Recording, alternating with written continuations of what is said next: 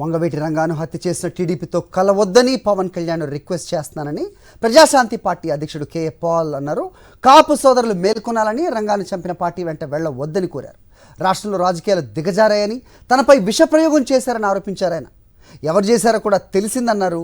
3 ముఖ్యమైన అంశాలను ఈసీ దృష్టికి తీసుకెళ్లారన్నారు కే పాల్. కాపులారా బయటకు వచ్చేసేయండి.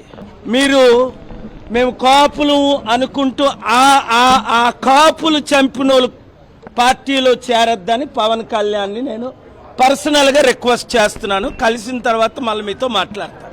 7 రోజులు నరకం అనుభవించాను.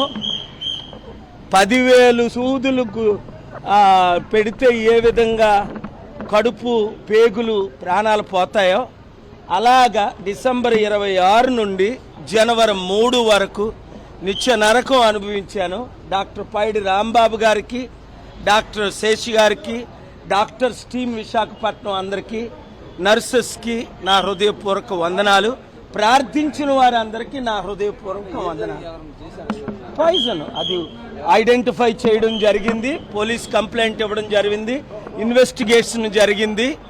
అంటే రాజకీయ కుట్రలు ఏ లెవెల్కి దిగజారాయో అర్థం చేసుకోండి.